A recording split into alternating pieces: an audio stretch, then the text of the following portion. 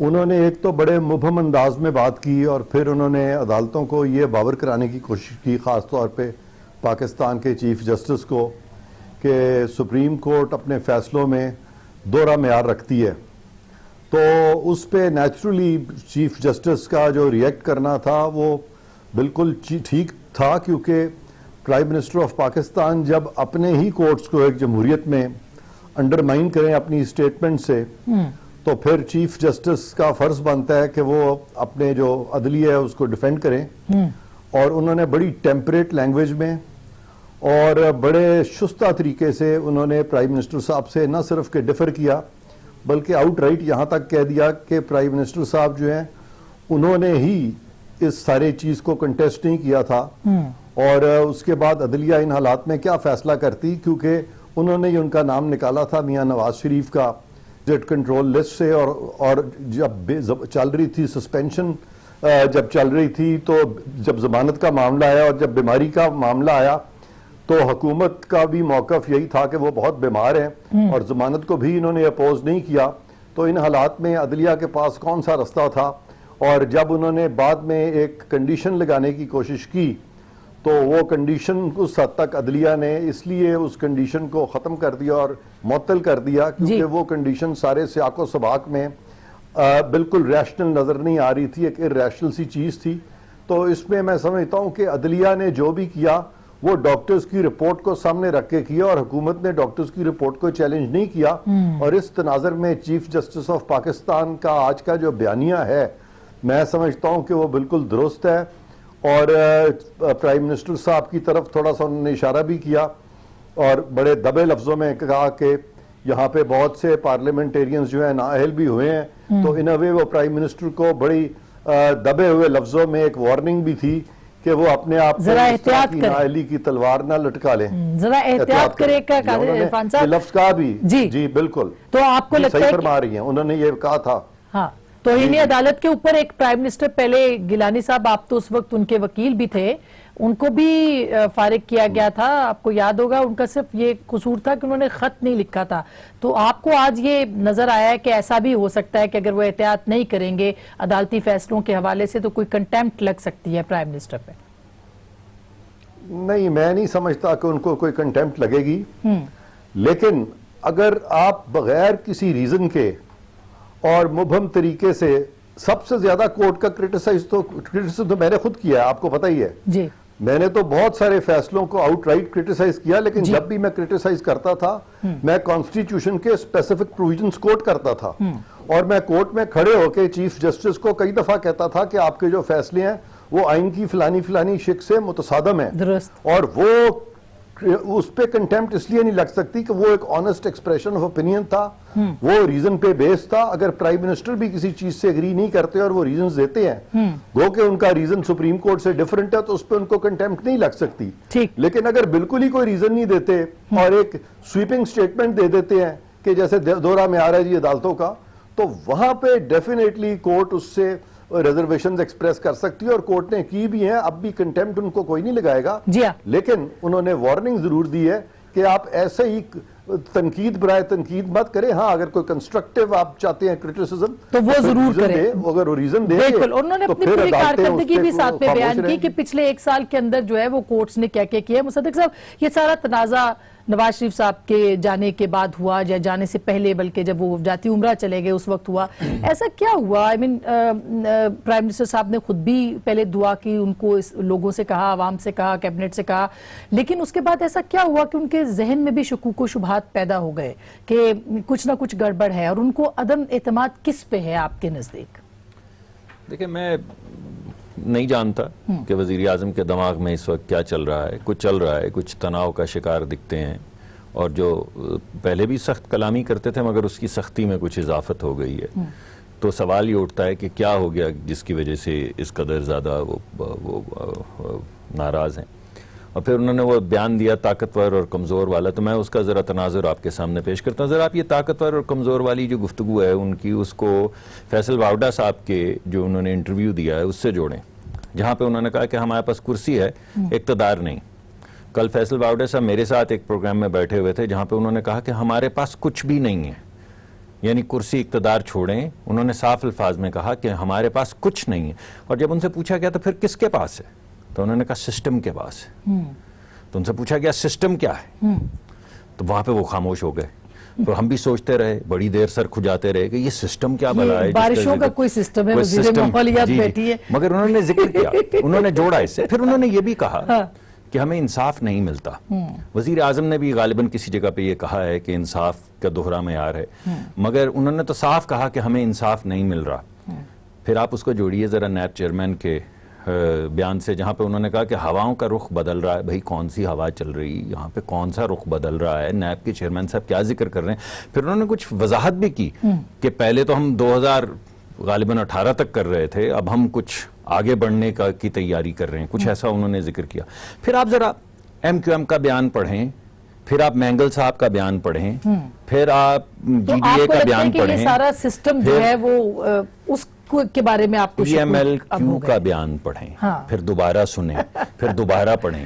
جب آپ یہ تمام نکات جوڑ لیں گی جب, تو پھر آپ کو کچھ سسٹم کا, کیونکہ وہ جو ہیں اس کو جوڑ لینے کے بعد بھی آپ کچھ نہیں کہہ سکتے. نہیں, مگر آپ کو سسٹم تو نظر آنا شروع ہو جائے گا نا کہ MQM گئی, نظر ضرور آئے گا, آپ کہہ نہیں سکتے. اسی لیے پرائم منسٹر نے انہوں نے بھی نہیں کہا, اسی لیے ہم بھی انہوں نے کہا عدالتیں اپنا اعتماد دیکھیے, ہم اپنا سر کھجا رہے ہیں, آپ کے سامنے کھجا رہے ہیں, ہمیں بھی معلوم نہیں کہ وہ کیا کہہ رہے ہیں, مگر انہوں نے جو خاکہ جو ہے وہ پیش کر دیا, تو میں اس کے کانٹورز آپ کے سامنے پیش کر رہا ہوں. جو خاکہ انہوں نے پیش کیا, جو انہوں نے کہا کہ کرسی تو کیا, ہمارے پاس کچھ بھی نہیں ہے, سسٹم کے پاس ہے. یہ سسٹم کون بلائے؟ پھر میں نے دیکھنا شروع کیا تو MQM نکلی سسٹم میں سے, GDA نکلی سسٹم میں سے, مینگل صاحب نکلے سسٹم میں سے, PMLQ نکلی سسٹم میں سے, پھر نیب چیئرمین صاحب نکلے سسٹم میں سے, پھر فنکشنل لیگ نکلی سسٹم میں سے, پھر کچھ مولانا نے بھی بہت ڈانٹا. وہ سسٹم میں سے ہم نہیں کہتے نکلے, مگر انہوں نے بھی بہت ڈانٹا, سخت ڈانٹا. یہ پوائنٹ. لیکن آپ کیا کہتی ہے, کیوں پرائم منسٹر اتنے غصے میں کیوں تھے, اتنے غضبناک کیوں تھے, اور پھر انہوں نے پورا جو تو مجھے لگا کہا کہ وہ عدالتوں کی طرف مجھے لگا کہ وہ کہہ یہ رہے تھے کہ میں ہوں کمزور. اچھا, نہیں واقعی وافدہ صاحب ٹھیک کہتے ہیں کہ طاقت کا مرکز کوئی اور ہے, اور وزیر اعظم مجھے اتنا ہی موقع دیں گے پھر میں اپنی بات کروں گی. ایک تو thank you for inviting me. سب سے پہلی بات تو یہ کہ پاکستان میں رومرز اور سنسنی ڈراپ سینز فلمیں, اور میرا خیال ہے کہ بہت زیادہ ایسے ڈائجسٹ پڑے جاتے ہیں جس کی وجہ سے ان کے جاسوسی ڈائجسٹ پڑے جاتے ہیں, جس کی وجہ سے ان کی جو ہے نا وہ ناکام روح ہیں اور وہ ناکام خواہش ہے اور فرسٹریشن, جس کی وجہ سے ایک کنٹینر پہ دھرنا کیا گیا اور پھر ناکام ہو کے بنوں کی طرف لوٹ کے چلے گئے, لکی مروہ چلے گئے. اور پھر سنا جب واپس گئے تو پتہ چلا کہ کافی گھروں کے اندر پتہ چلا کہ بہت زیادہ اختلاف ہوتا کہ تم تو کچھ بھی نہیں لے کر آئے, استعفیٰ بھی نہیں لے کر آ گئے, لوٹ کے واپس تشریف لائے. تو وہ کنٹینر پہ جو بیویوں نے لڑائی کی, تو وہ ابو بچاؤ, کرپشن بچاؤ, اور ناکام لوگ جو وہاں پہ جو اکٹھے کھڑے ہوتے ایک دوسرے کی تالیاں بجا رہے تھے اور اندر سے بھی ایک دوسرے کے خلاف تھے. تو جب ان کی ناکامی ہوئی, امبیرسمنٹ ہوئی, واپس چلے گئے, کچھ بھی ہاتھ نہ آیا, انہوں نے سوچا کوئی اور مدعا ڈھونڈ لیں. مدعا انہوں نے ڈھونڈ لیا کہ چیف جسٹس صاحب versus prime minister Imran Khan. Well I am so proud of it کہ prime minister Imran Khan himself, ان کی کابینہ, ان کی گورنمنٹ, ان کے ورکرز, ان کی پارٹی, ہم سب انتہائی عزت کرتے ہیں عدلیہ کی. سپریم کورٹ کی تو سب سے زیادہ, if probably I'm not mistaken, یہ وہی جسٹس آصف سعید کھوسا صاحب ہے جنہوں نے پاناما کیس کے اندر لکھا ہوا تھا, میرے خیال میں یہ وہی کھوسا صاحب ہے جی, گاڈ فادر, سیسیلین مافیا کی بات. اگر میں غلط نہیں ہوں, کیونکہ مجھے اس لیے ان کے اوپر بڑا فخر ہے کیونکہ ان کا تعلق ڈیرہ غازی خان سے ہے, اور انہوں نے اپنے اس پاناما میں نے ایک لفظ پڑھا تھا, انہوں نے کہا تھا کہ پیسے منی لانڈرنگ کیسے کی گئی, ملک سے باہر کیسے لے کر گئے. پاکستانی چوک کے اوپر بیٹھا ہوا ڈیرہ غازی خان کے اندر ایک سادہ شخص بھی یہ سمجھ سکتا ہے کہ کتنی بڑی منی لانڈرنگ پاکستان سے کی گئی. اس کے لیے آپ کو کوئی بہت بڑا اسکالر یا سائنٹسٹ بننے کی ضرورت نہیں ہے. اور سیسیلین مافیا نے کس طریقے سے پاکستان کو نقصان پہنچایا, تو یہ وہی جسٹس آصف سعید کھوسا ہے. اور ان کے جو وہ ہیں کورٹس ہیں, انہوں نے آج تک سنا ہے کہ کبھی کوئی مقدمہ وہ تو بڑے اپرائٹ جج ہیں, وہ تو اس پہ کچھ نہیں. لیکن چیف جسٹس کا نام لیا پرائم منسٹر نے, بالکل. کیا نام کیا لیا عدالتوں کا پرسیپشن ٹھیک کرے, نام کیا لیا. جو سب سے زیادہ پرفارم کرتا ہے, جو سب سے زیادہ اپنے لیڈنگ رول میں ہوتا ہے, جس کی سب سے زیادہ کریڈیبلٹی ہوتی ہے, سب سے زیادہ ایکسپیکٹیشن انہی سے ہوتی ہے. انہوں نے 2 ججز کے نام لیے, جسٹس گلزار کے جو آگے بننے والے ہیں, اور جو سب سے سینئر ہے, اور جو جسٹس آصف سعید کھوسا صاحب. میں پولیٹیشین ہوں, میں بالکل ینگسٹر ہوں, میں پہلی دفعہ ڈیرہ غازی خان سے الیکشن لڑ کے آئی ہوں. میرا پرسپشن یا میں مائنڈ یا اپنی جگہ بناتے بناتے اس کی وہ حیثیت نہیں کی جو ایک منجے ہوئے اس کی ہوگی, لیڈر کی ہوگی.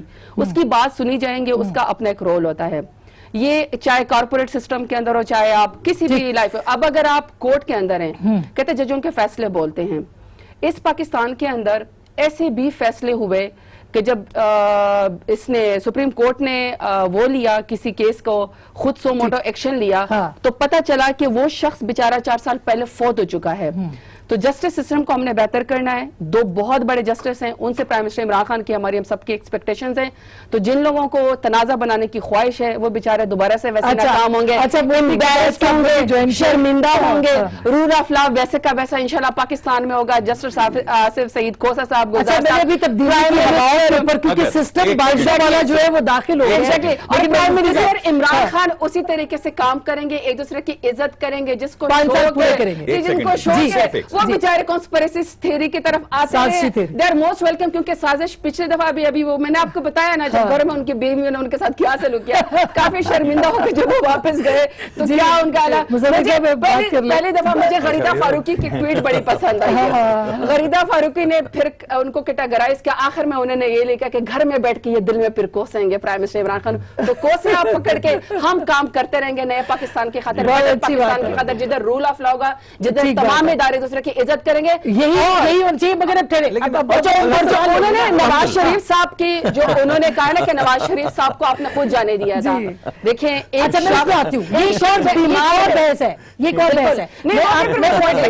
بیمار ہے, اس کو ہم نے جانے دیا ہم نے انٹیریئر گراؤنڈ پہ. اب یہ انہوں نے ثابت کیا تو وہ مگر ووٹ نہیں دیا. پھر میرا سوال کیا سوال رہا, اسی کو آپ پکڑ انہوں نے آپ سوچئے تمام گفتگو کے بعد جو انہوں نے کی ہے, کیا ان کو نواز شریف صاحب کو جانے دینا چاہیے تھا؟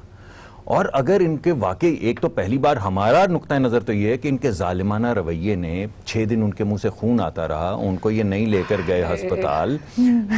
لیکن چلیے جو انہوں نے قاتلانہ حملہ کرنا تھا وہ تو یہ کر بیٹھے تھے. اب یہ بات تھی کہ اگر جی قاتلانہ حملہ, اگر یہ آپ سیریسلی کہہ رہے ہیں جی انہوں نے جان چھڑائی ہے, یعنی میں خاکم بدھن اللہ بڑی لمبی زندگی دے نواز شریف صاحب کو, انہوں نے تو یہ کہا کہ گھر جا کے مر بھائی, ہماری واچ میں نہ مر جائیں. جب ڈاکٹروں نے ان کو بتا دیا اس کا میں جواب ضرور دوں گی. میں بریک کے بعد, مگر مفتی صاحب بھی ہیں تو میں بریک کے بعد اس پہ کروں. مفتی صاحب بریک کے بعد ہی آپ سے پھر بات کرتے ہیں. تھوڑے سے آپ دیر سے آئے ہیں تو اس لیے اب آپ کو تھوڑا سا برداشت کرنا ہے, ہمیں پاس کریے, برداشت کر. ایک چھوٹی سی بریک کے بعد اس پہ ہم ضرور بات کریں گے کہ یہ اصل غصہ کس بات کا ہے اور کیوں ہے, اور نشانہ اور کس پہ ہے, اور نشانہ کون ہے. بریک کے بعد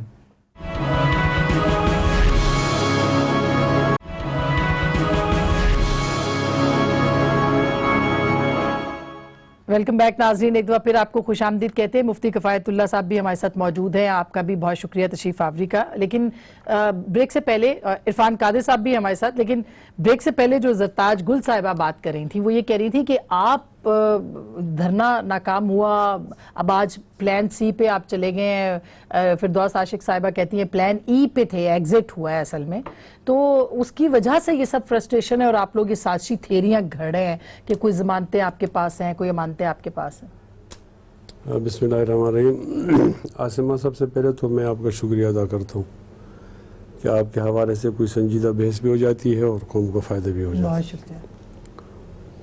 ایسا ہے کہ شاعر کہتا ہے اے اہل نظر ذوق نظر خوب ہے, لیکن جو شے کی حقیقت کو نہ سمجھے وہ نظر کیا. واہ واہ کیا بات ہے. جو شے کی حقیقت کو نہ سمجھے وہ نظر کیا. ہمارے ملک میں جس کے پاس اقتدار ہوتا ہے اس کے پاس اختیار نہیں ہوتا. اچھا آپ تو پھر پرائم منسٹر والی بات کر رہے ہیں, آپ وامدہ صاحب والی بات کر رہے ہیں. بول رہا ہوں میں ایسی بات گفتگو کروں کہ قوم کو فائدہ ہو جائے. جس کے پاس اختیار ہوتا ہے وہ نظر نہیں آتا. اس کو آپ جن سے تعبیر کریں, فرشتے سے تعبیر کریں, خلائی مخلوق کہہ دیں, یہ پھر اور تعبیرات. اچھا مفتی صاحب مشکل یہ پروگرام میرا چلنا ہے, آپ یہ سوچ کے بولیے گا. اس لیے میں فرشتہ کہہ رہا ہوں. دیکھو فرشتہ ایسا کنسپٹ ہے. ٹھیک ہے. تو اس طرح پھر چیزیں ایسی ہو جاتی ہیں. ہمیں اطمینان ہو گیا ہے عاصمہ, ہمیں اطمینان ہو گیا ہے کہ استعفیٰ ان سے ان کے جیب سے نکل گیا ہے. کس کی جیب میں آ گئے؟ وہ بتا رہا ہوں نا. اچھا. نکل گیا ہے اور ہم اس اطمینان کے بغیر چلے گئے, بغیر نہیں گئے, ہم گئے ہیں. ہاں. ایسا ہوتا ہے کہ ہمیشہ کے لیے جب کوئی آدمی میچ ہارتا ہے نا تو وہ آخری سانسوں میں کسی کو ذمہ دار بناتا ہے, تو وہ بوکھلاہٹ کا شکار ہوتا ہے. میں محترم وزیر اعظم صاحب کی ایک تقریر کا حوالہ دیتا ہوں جو انہوں نے موٹر وے کے افتتاح میں بلاول صاحب کے بارے میں کی ہے, اور ایک میری یہ دلیل آ گئی ہے جو انہوں نے چیف جسٹس کو کہا ہے. یہ تو ویسے بھی کہہ سکتے تھے, آن ایئر کہنا کیا ضرورت تھی, لیکن اداروں کو رگڑنا تاکہ کل یہ کہا جائے کہ یہ بھی تعاون نہیں کر رہا تھا اور یہ بھی نہیں کر رہا تھا. عاصمہ, میں آپ کے اس ٹی وی کے حوالے سے چینل کے حوالے سے بات کرنا چاہتا ہوں. ہمارے ہاں ایک کردار ہے, کتابوں میں لکھا ہوا ہے, شہر ناپرساں. یہ ایک بہت لمبا عجیب کردار ہے. اس کردار کی پوری بات کروں گا تو میں شرکا کا وقت ضائع کروں گا, تو میں جہاں طرز استدلال ہے میں وہی بات کرتا ہوں. ٹھیک. تو ایک آدمی کو پھانسی دینی ہوتی ہے تو بادشاہ آرڈر کرتا ہے کہ اس کے لیے کڑا بناؤ, تو وہ کڑا بنایا جاتا ہے. لیکن اتفاق سے وہ جو کڑا ہوتا ہے وہ بڑا ہوتا ہے, اس کی گردن چھوٹی ہوتی ہے. تو بادشاہ وہی ایک اور حکم کرتا ہے کہ اب جاؤ لوگ گردن ناپو, جس پر یہ کڑا برابر آ جائے اس کو پھانسی ہو. یہ وہ کڑے کی بات ہے, یہاں ذمہ داریوں کوئی نہیں اٹھاتا. وہ اپنے آپ سے بات اتارنے کے لیے وہ ہر ایک ادارے کو رگڑنا چاہتا ہے نا, اور یہ ہمارے اچھا, آپ نے کہا استعفیٰ جیب میں آ گیا. میں عرض کرتا ہوں تو گونگے کی ماں, اب گونگے کی بات سمجھتی ہے نا, تو گونگے سے پوچھو نا. میں عرض یہ کرتا ہوں نہیں آپ پر نہیں, جس دیکھو نا کوئی حقیقت ہوتی ہے اس کو دیکھو, دھرنے سے پہلے بھی حکومت کو دیکھو, دھرنے سے بعد بھی دیکھو. اگر کوئی آدمی یہ کہتا ہے کہ برابر ہے, یہ تو پھر ویسی بات ہوگی نا. یہ تبدیلیاں کی ہوائی کیسے آئی ہیں؟ میں عرض یہ کرتا ہوں, عمران خان شدید ذہنی دباؤ کے شکار ہیں. وہ اس طرح چیف جسٹس کو کہہ کر اور بلاول کا کہہ کر اور گالیاں دے کر وہ ایک ناکام کوشش کرنے کے تناؤ سے نکلیں, لیکن میں سمجھتا ہوں کہ وہ ابھی نہیں نکل سکتا. اچھا, اب یہ آپ جواب دے دیں, پھر میں مصدق صاحب کے پاس جاؤں. جی بالکل. شہر ناپرساں اور کون سا نظر کی حقیقت کیا, اس کا جواب کچھ دیجیے. دیکھیں عاصمہ, میرا تو ایشو ہے کہ میں بڑی 2+2=4 بات کرتی ہوں. ایک تو میں قبائلی ہوں, وزیر مذہبی قبیلے سے, مجھے یہ گول گھما کے نا باتیں نہیں آتی ہیں, جو مفتی صاحب کو آتی ہے. ٹھیک ہے نا, تو بڑی کھلی بات مجھے گول گھما کے بات نہیں آتی. میں نے اس کی بات کی ہے. اب میں نے نوٹس کیا ہے کہ جیسے ہوتا ہے نا, میں نے گھما کے کی بات, انہوں نے تو صاف. میں بھی بتاتی ہوں نا, میں بھی بتاتی ہوں. ابھی تو وہ آپ سے ناراض ہے نا, لکی مروت اور بنو ڈی خان, وہ ان سے ناراض ہے نا. اب لکی مروت, بنو ڈی خان, وہ کہتے تھے پشاور جانا تو میرے لیے کچھ پھول اور کچھ تحفہ لانا, کوئی تحفہ لانا. اب یہ تو وہاں کہہ کے آئے تھے کہ ہم اسلام آباد بھی جائیں گے, جھولے بھی جھولیں گے, باغوں میں اسلام آباد کی سیر بھی کریں گے, استعفیٰ بھی لے کر آ گئے. اب استعفیٰ جیب میں ہے, کس کی یہ نہیں بتایا. اچھا یہ نہیں, دیکھو ایسا ہونا, کچھ لوگ ایسے نہیں. اب دیکھیے مزے کی بات, کچھ لوگ ایسے ہوتے ہیں, کچھ لوگ کہتے ہیں نا کہ انڈوں پر جب مرغی بیٹھتی ہے تو ان کا خیال ہوتا ہے کہ اگلے دن وہ بچہ دے دیں, 22 دن انتظار کرنا پڑے گا. اچھا بہرحال ایک تو یہ کہ 22 دن کی ڈیڈ لائن دے رہے ہیں, ہم اس کو ایسے لیں گے. ایک اور مثال بھی, یہ بھی میں کہہ سکتا تھا لیکن میں نہیں کہا کہ وہ بچہ شادی کے 9 مہینے بعد پیدا ہوتا ہے نا, تو میں نے ذرا آپ دونوں خواتین تھوڑی سے وہ مرغی کی بات کی ہے, کچھ انتظار تو آپ کو کرنا ہوگا نا. 9 مہینے میں چلے گئے 22 دنوں سے سر, ہم احتجاج نہیں چھوڑیں گے. اصل میں دیکھیں آلریڈی بھی مولانا کفایت اللہ صاحب کے نا, ان کے نالج کا ہم مقابلہ ویسے کر نہیں سکتے, کیونکہ ظاہری بات ہے ان کو بڑی اچھی طریقے سے پتا ہے کہ وکی لیکس جو ہے وہ وکی جمائمہ کا میرے پاس نہیں ہے. ٹھیک ہے نا, وکی لیکس کون تھا اور جمائمہ کا کزن, اور وہ وکی, دیکھیں اب اس طرح کے مفتی صاحب کا تو میں نہیں مقابلہ کر سکتی ہوں, لیکن بہرحال کوشش کرتی ہوں جواب دینے کی. اب جب یہ واپس چلے گئے, جب کبھی یہ بلاول کے پیچھے چھپنے کی کوشش کر رہے ہیں, کبھی یہ ایگزیکٹلی, کبھی نواز شریف صاحب, ابھی کبھی چیف جسٹس صاحب کے. مسئلہ یہ کہ آپ یہاں پہ آئے, آپ کا یہاں پہ کوئی, آپ نے پوری دنیا کو کہا کہ ہم آئے ہیں اور ہم استعفیٰ لے کر جا رہے ہیں. آپ نے کچھ لوگوں کو جمع کیا, اور جن لوگوں کے سامنے آپ نے, آپ کی پارٹیاں جنہوں نے آپ کا ساتھ دینا تھا, انہوں نے آپ کا لاہور میں استقبال کیا, آپ ناکام ہوئے. آپ یہاں پہ آئے, آپ دوسرے دن ہی آپ تو گالیوں کی بات کرتے ہیں نا, آپ نے تو ہم پہ فتوے لگائے, آپ نے یہود و نصارہ ہمیں کہا, آپ نے کہا کہ یہ یزید کے ہاتھ پہ ہم نے بیعت نہیں کیا, آپ نے مذہبی کارڈ کھیلا, آپ نے کیا نہیں کیا, آپ نے اس کنٹینر سے کھڑے ہو کے, لیکن آپ کو بدلے میں ناکامی کا سامنا کرنا پڑا. جب آپ کے اوپر بارش ہوئی, جب آپ اپنے خوبصورت بنگلے میں گئے, تو ان کو بستر اور ان کو جو وہ تھی نا فیسیلیٹیز, وہ پرائم منسٹر عمران خان نے دی, ہمارے لوگوں نے جا کے دی, ٹھیک ہے, آپ تو ان کو چھوڑ کے چلے گئے.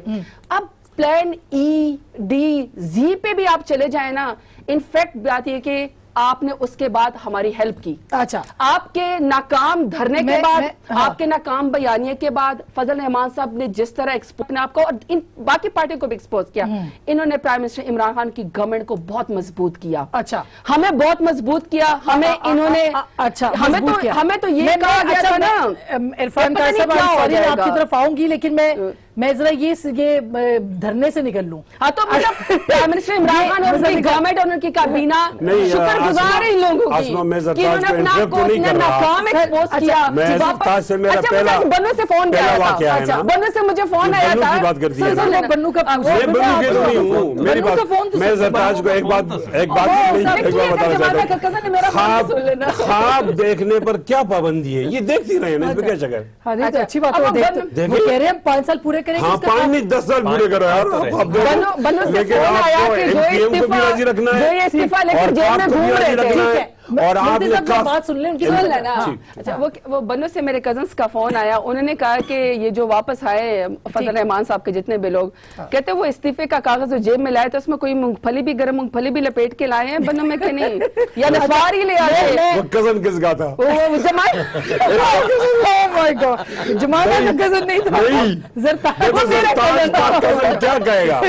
میں نے کہا جی فضل رحمان آپ کا کزن ہے نا, تو زرتاج کی بات کرے گا. میں نے کہا ان سے ڈی خان کا سون حلوہ مانگے. زرتاج کا کزن جمی, یعنی زرتاج کا جو کزن ہے آسما, وہ زرتاج کی بات کرے گا. ظاہر ہے, شکر ہے جمائمہ کو میرے کزن نہیں بنا.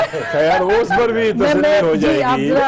میں عرفان کا, عرفان صاحب سر سوری, ایک تو ظاہر ہے کہ اب پولیٹیکل لوگ ہیں, مگر یہ جو بات چیف جسٹس صاحب کے جو ان کی بات تھی, ان کا جواب تھا, چیف جسٹس صاحب نہیں بھی دیتے تو کوئی فرق نہیں پڑتا تھا, کیونکہ سبھی کو پتا تھا کہ پرائم منسٹر یا کابینہ یا ای سی ایل کا جو تھا, ان کے دینے سے واقعی اس بات کا اظہار ہوا ہے کہ عدلیہ جو ہے وہ تنبیہ کر رہی ہے پرائم منسٹر کو یا کیبنٹ کو یا گورنمنٹ کو.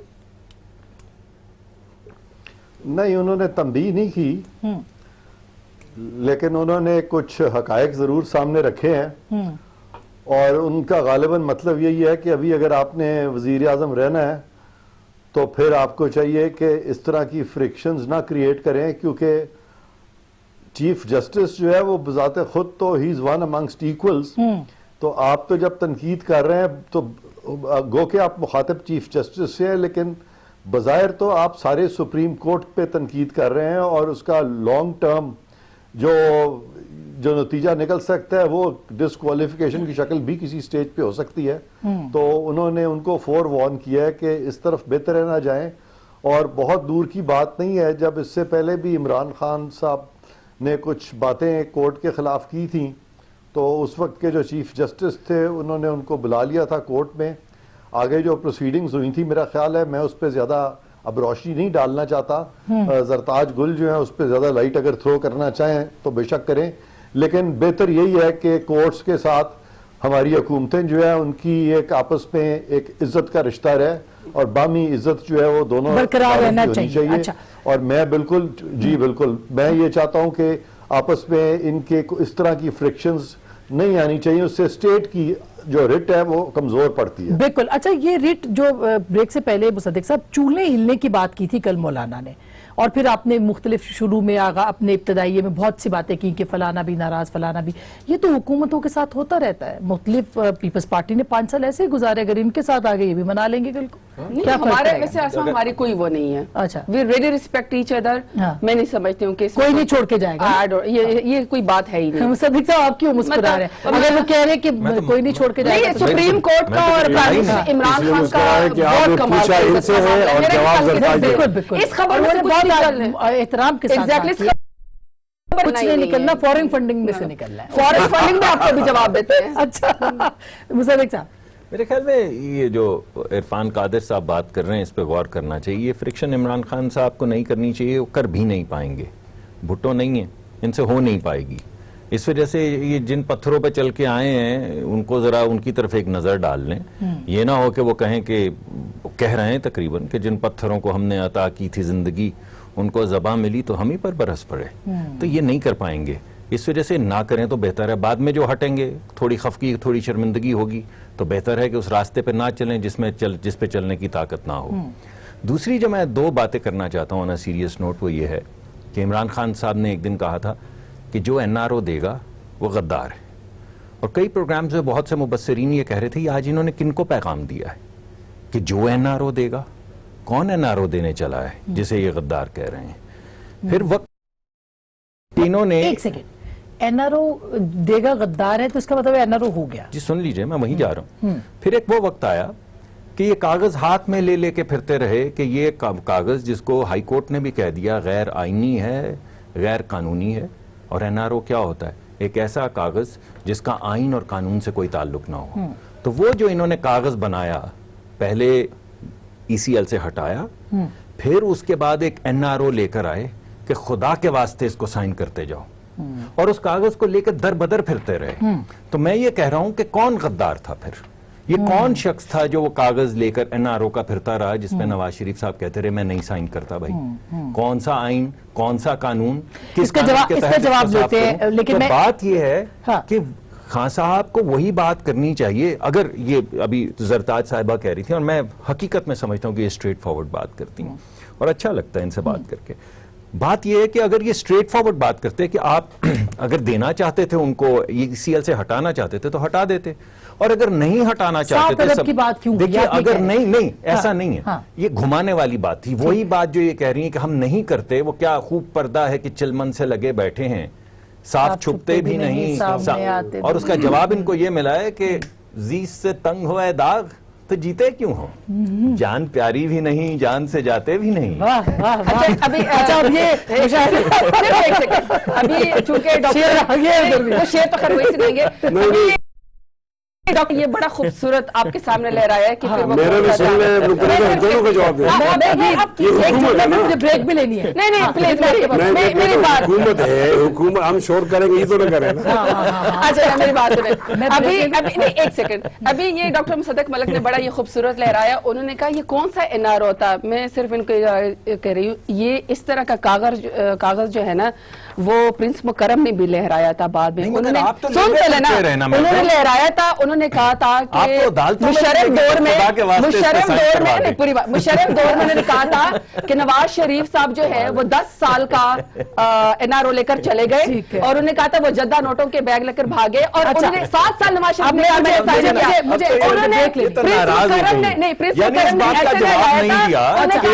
صاحب کے سائن ہے. اب NRO نہیں ہوا, اب نہیں ہوا, لیکن میں یہ بتا رہی ہوں کہ نے ایسے لہرایا تھا. میڈم غیر آئینی کاغذ لے کے پھرتی رہی, 10 سال منتیں چلے گئے. نواز شریف کی منتیں کرتے رہے کہ خدا کے واسطے اس NRO پہ سائن